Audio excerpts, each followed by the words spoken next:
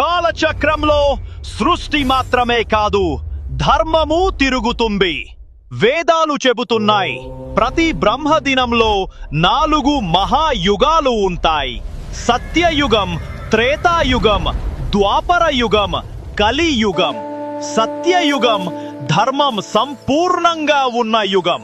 అప్పుడు మనుషుల మనసులు నిర్మలంగా ఉండేవి.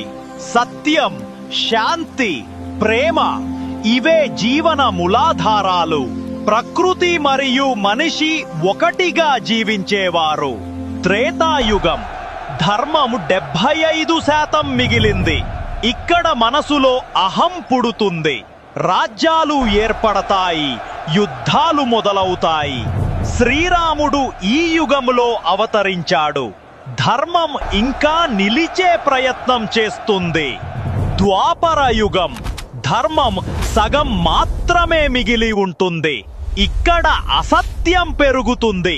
సత్యం కోసం యుద్ధాలు జరుగుతాయి. ఇది మహాభారత యుగం. శ్రీకృష్ణుడు ఇక్కడ ధర్మం రక్షించడానికి అవతరించాడు. కలియుగం ధర్మం ఇది మన యుగం. మనిషి ఆధ్యాత్మికతను మరచి భౌతిక జీవితంలో మునిగిపోతాడు. కోపం, లోభం, అసూయ, ద్రోహం ఇవే ప్రధానమైనవి అవుతాయి.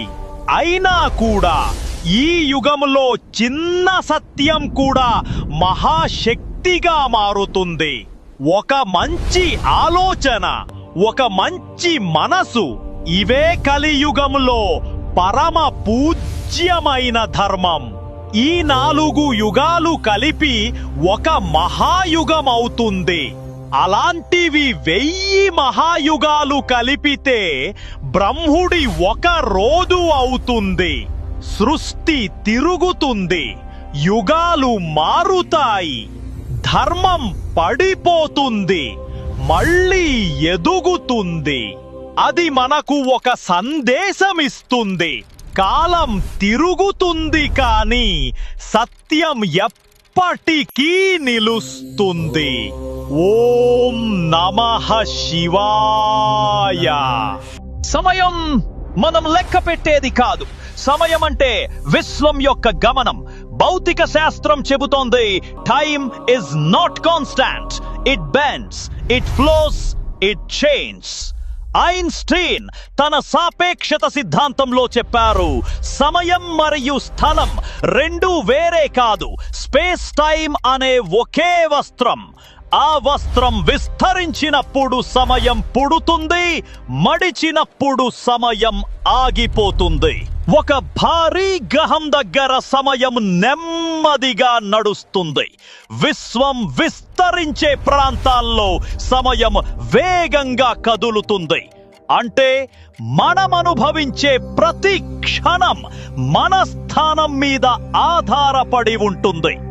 భౌతికంగా సమయం ఒక డైమెన్షన్ మాత్రమే, కానీ వేదాల దృష్టిలో సమయం ఒక శక్తి. అది చైతన్యంతో కూడిన శక్తి. విజ్ఞాన శాస్త్రం సమయాన్ని కొలుస్తుంది, కానీ వేదం చెబుతుంది సమయాన్ని అర్థం చేసుకోవడం అంటే మనము తెలుసుకోవడం. ఎందుకంటే మన శ్వాసే సమయానికి ప్రతిబింబం. ప్రతి ఊపిరిలో పుడుతుంది ఒక క్షణం. ప్రతి నిశ్వాసంలో లీనమవుతుంది ఒక యుగం.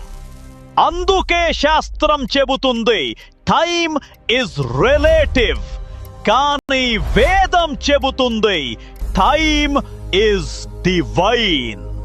ఇవి రెండు కలిసి చెబుతున్న సత్యం ఒక్కటే. సమయం ఒక శక్తి.